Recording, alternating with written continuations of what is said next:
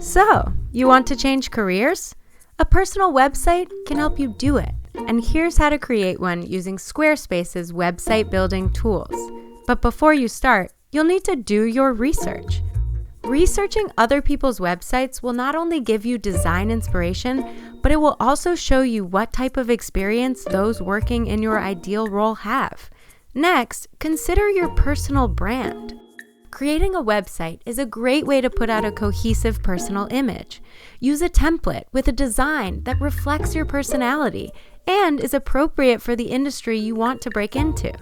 Then you'll want to write a summary about yourself to include on your About section or on your landing page.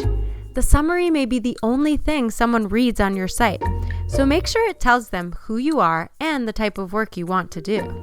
And since you're breaking into a new industry, be specific about any transferable or hands-on experience that makes you qualified for the role. Next, be smart with how you utilize the extra space that comes with your new website.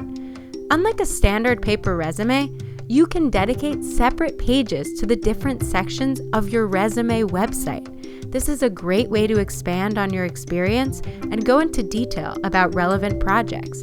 And if you're feeling ambitious, why not create a logo?